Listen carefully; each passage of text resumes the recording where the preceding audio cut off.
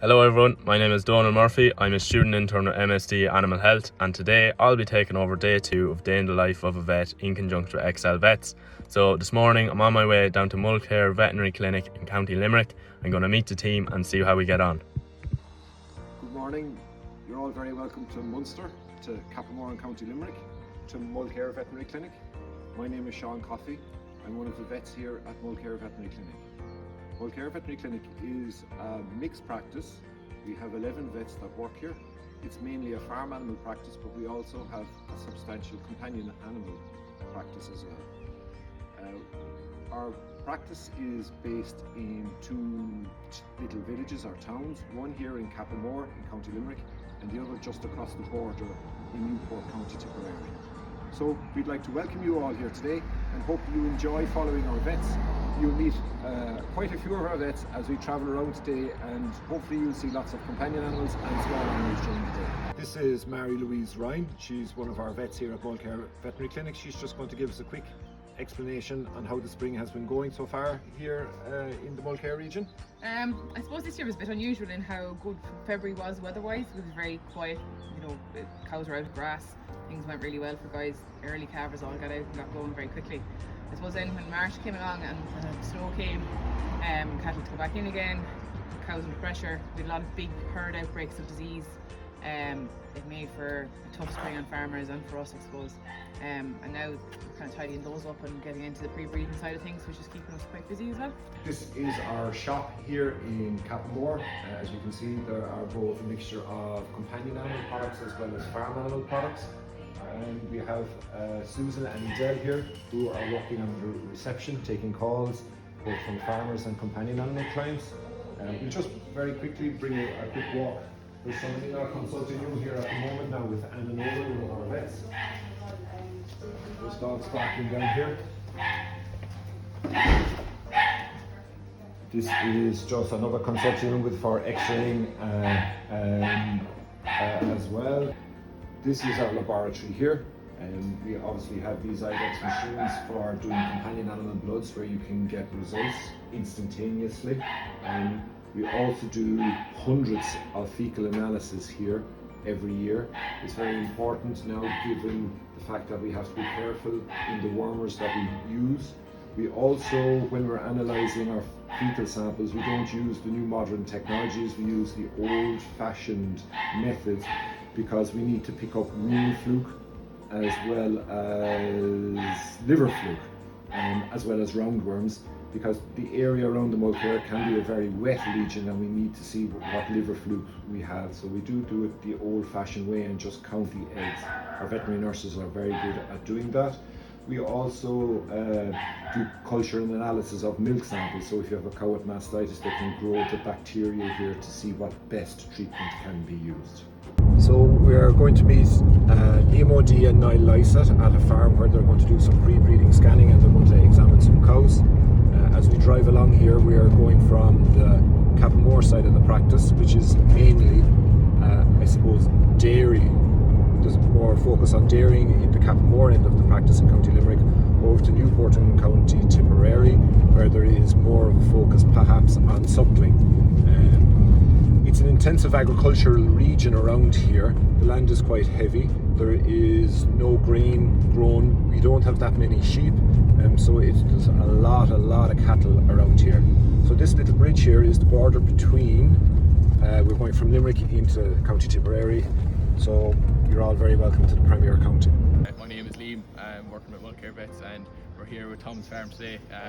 He's milking about 140 cows in a spring calving herd, and we're going to do a bit of pre-breed scanning today.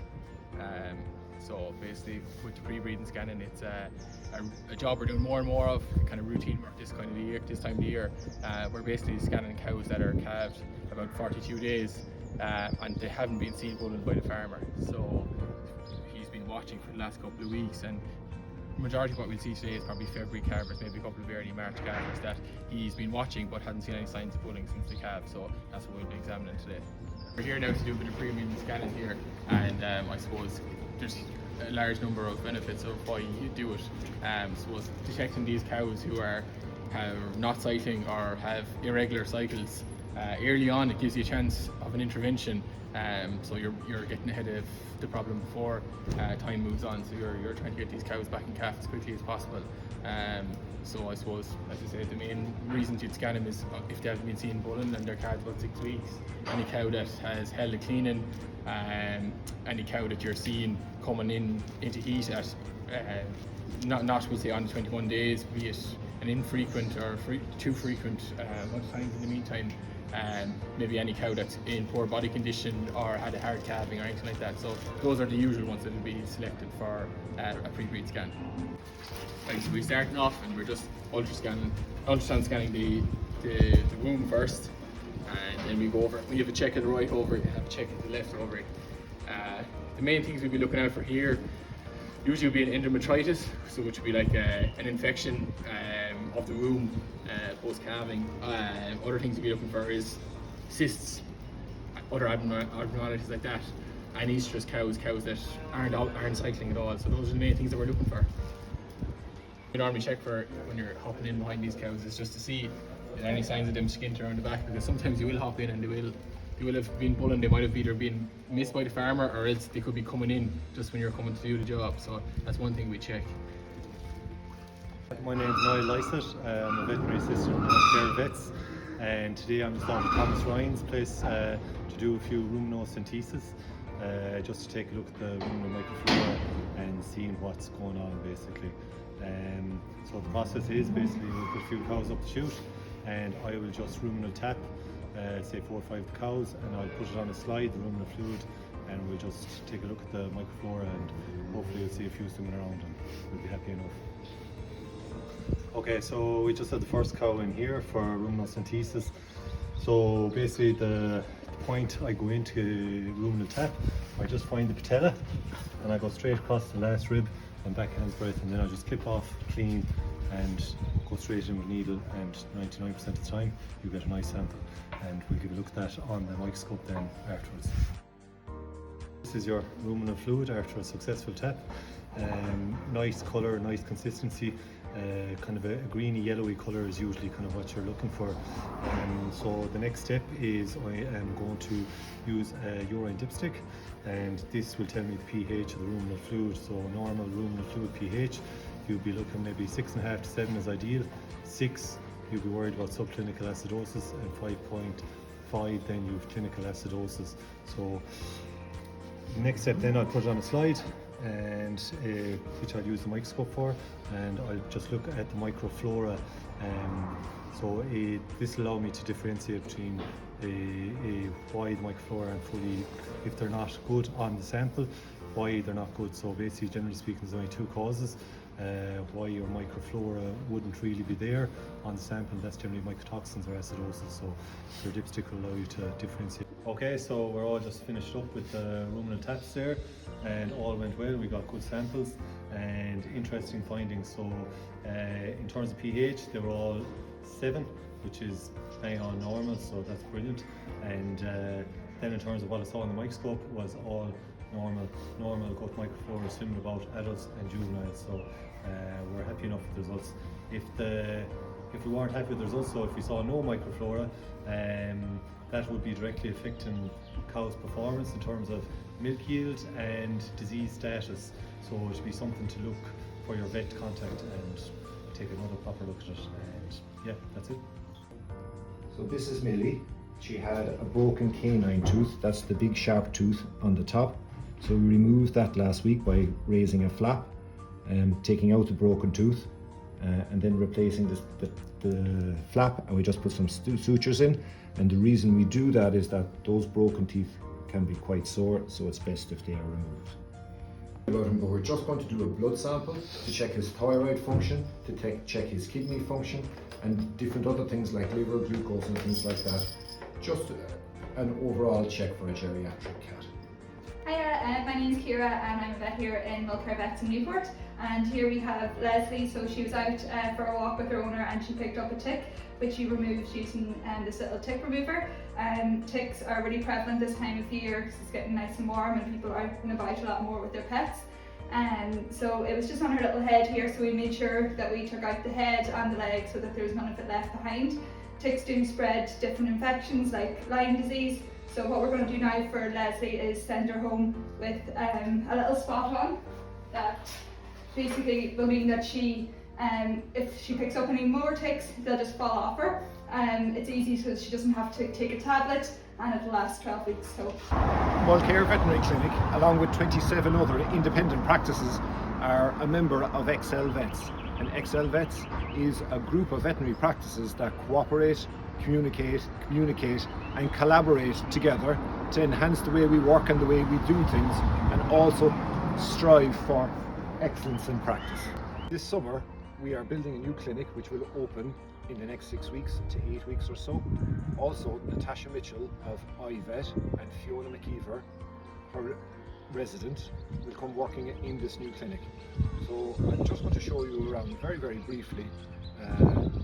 It's really, we're only plastering at the moment. We're really looking forward to moving out to this new clinic in Mulcair. There's plenty of parking, plenty of space, and plenty of space in reception for your dogs and cats, hopefully to provide you with the best healthcare for your pets in the Mulcair region. Hi, I'm Diarmuid O'Connor. I'm one of the vets here with Mulcair. Today we're just doing a couple of lay calves there for one of our dairy farmers, just disposing. We kind of provide a kind of a knockdown service. So we put them under deep sedation, the calves go to sleep, and then we dispose them again afterwards. It's very handy, it's very useful. Farmers love it. Calves are much less stressed. You'll see there in a minute how when they're all asleep and we can go around, there isn't a budge off them. So it reduces the calves, keeps weight on. Farmers are happy with the results, and it reduces labour, which is one of the main things too, which the farmers love. You'll see there now in a couple of minutes. Hi, I'm Kate. I'm Kate Carr. I'm one of the vets as well in Mulcair. So I'm just giving Diarmuid a hand. This is just a job we kind of like to try and do in twos because it just makes life a little bit simpler. So once they've all been sedated, they're all lying down, and then we just inject them. We put a corneal block on either side of their heads, and then we just clip around the hair so that we don't singe. It basically just quickens up the healing and things like that. So we'll just clip them then before we debug them. Hi, my name is Brian Ryan. I'm working here at Mulcair Veterinary. So this is where we do mares and foals. This time of year we start scanning a number of mares. This is a set of stocks, which makes life safer for everybody.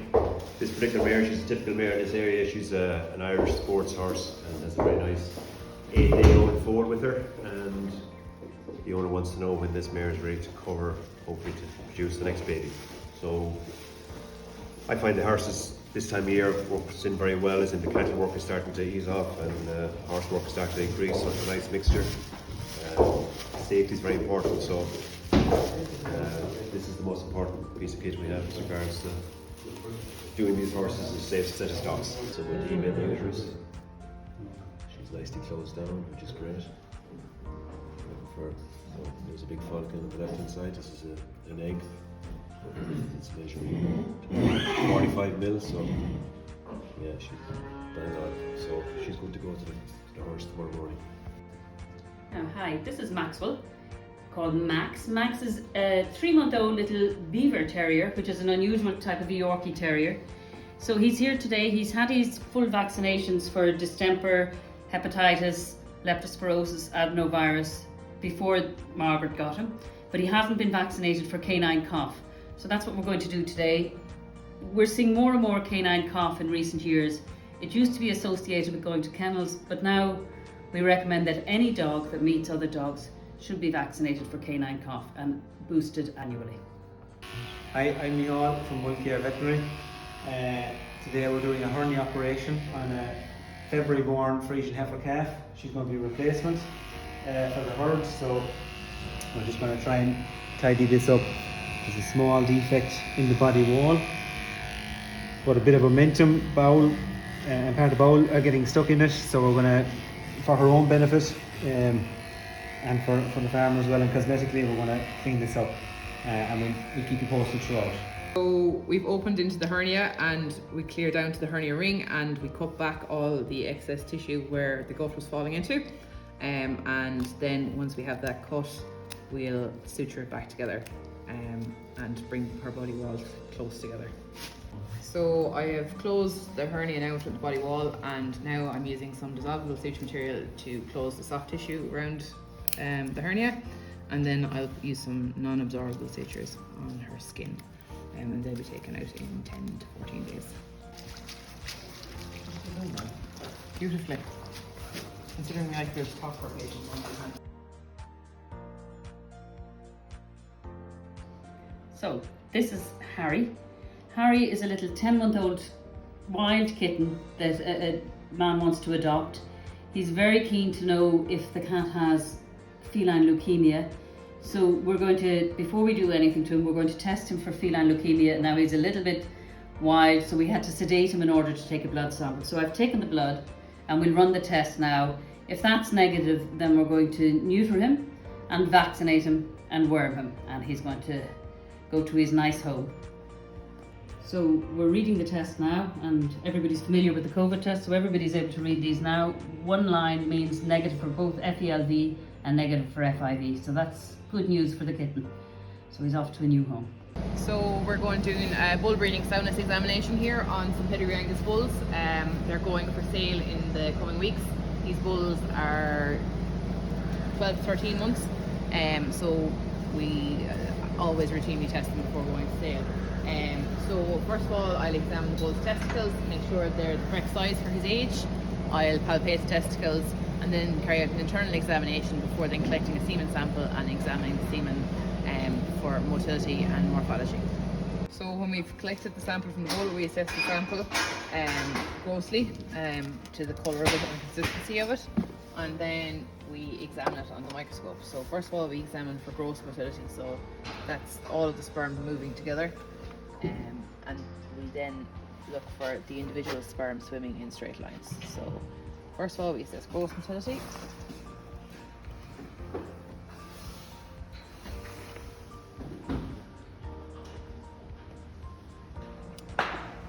So this bull is a 3 out of 5. Let's assess our progressive motility, so that's the sperm swimming in straight lines. So on progressive motility, there's probably 85% swimming in straight lines. There's some swimming in circles, so those sperm are no good to fertilise the egg. So then we add a stain to our sample as well, and that allows us to examine the individual sperm themselves for any defects. And I take this slide back to the office where I examine it under higher magnification and check for that.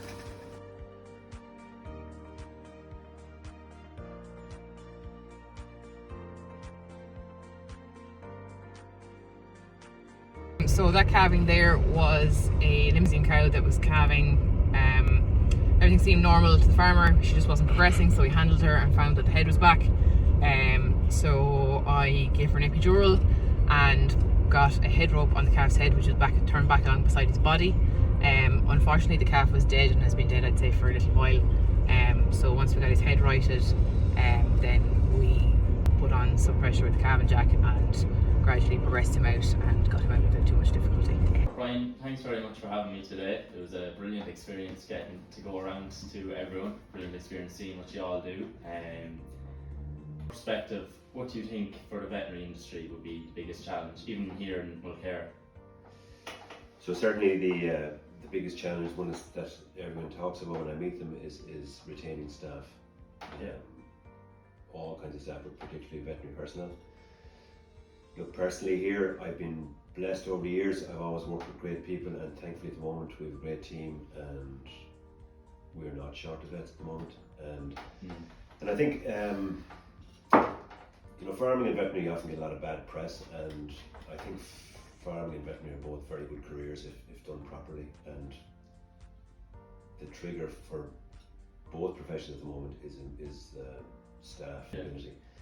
So thank God we're lucky here, we have enough staff, and because we have enough staff, while everybody's very busy, I think everybody's reasonably content and reasonably happy, and I think that's hugely important. I mean, it's the perception is that veterinary is a tough business, but if you have enough staff, I found it a great career. I think it's an eminently doable job if you have enough people to mind you and help you, and I think that's the thing. I think veterinary practices have to mind their staff and look after their staff, and I think if they do that, they'll retain them. I think that's the key ingredient.